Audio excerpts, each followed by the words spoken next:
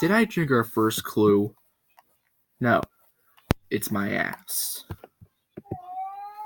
It all started when I went to visit my grandma in Bateen Hollow, New York for the summer.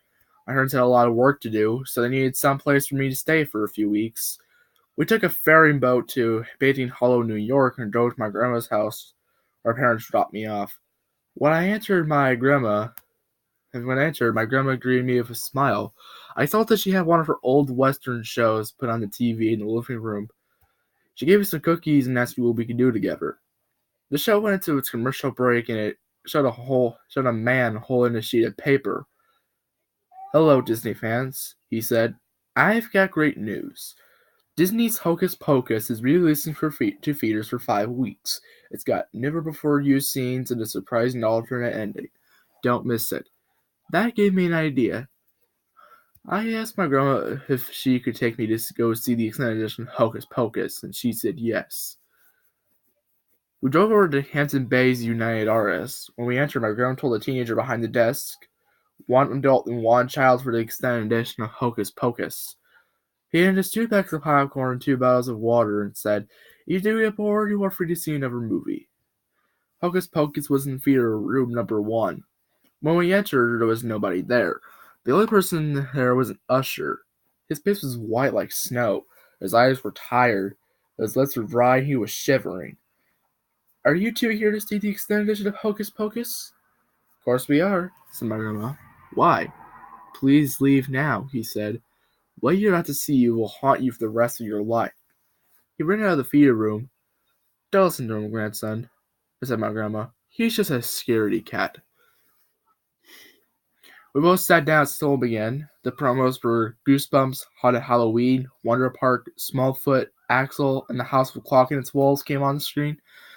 Then the Walt Disney Pictures logo came on, but I could tell something was wrong though. It was colored deep red instead of blue. The music sounded off key. The movie started. However, when the Sanderson sisters turned Banks into a cat, it suddenly froze for about 13 seconds.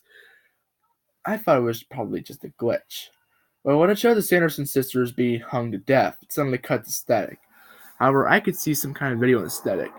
It looked like Max running Ernie and Jay over his bike repeatedly. He was doing this. Blood spurted on the screen. My grandma didn't seem to notice, though. That cut to the scene where Max lights the black candle and brings the Sanderson sisters back to life. My grandma started complaining that the film reel was broken. We came here for nothing. As for me, I could tell something was wrong here. The movie was playing normally after that, until the scene where the Sanderson sisters were back in their cottage, and Winifred explains that they must collect the souls of the children and they will disintegrate when the candle goes out. Where it goes static again. Luckily, there was no hidden video this time. Butterson cut his mouth open and began to speak. It suddenly flashed real-life photos of mutilated bodies. Rapes, bomb attack victims, aborted fetuses, and animals being tortured, and a male scream was heard. My grandmother and I jumped back in shock. "What was that?" asked my grandma.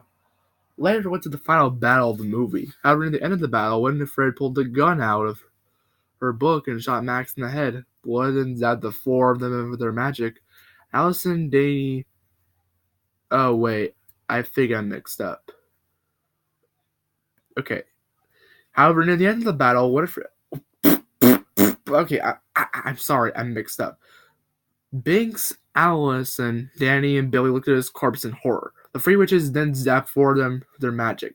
Allison, Danny, and Billy were melting and screaming like banshees. Billy let the Gorgon spilled out of their stomachs. Meanwhile, Binks was turned back into a human and just collapsed and died. Just like that, the 3 witches laughed evilly. The scene was a shot of Max in a pool of his own blood with a huge hole in his head. A time card appeared, which read 1 month later. Which was strange, it was spoken by the French narrator from SpongeBob SquarePants. A funeral was being held for Max, Binks, Danny, and Allison, and Billy. The credits were read in written Comic Sans font, with a slow and sad version of "Come Little Children" playing in the background. My grandma started complaining. They tried to calm her down, say it wasn't real. It didn't work. She got up from her seat and complained to customer service about the movie. They removed the film reel for Hocus Pocus against its condition and took it outside and burned it. Then they apologized to us and asked if we could see another movie. We decided on Hotel Transylvania free and theater number 3. We began to feel after that. If you see the commercial for extended edition of Hocus Pocus or any Disney movie, don't go see it.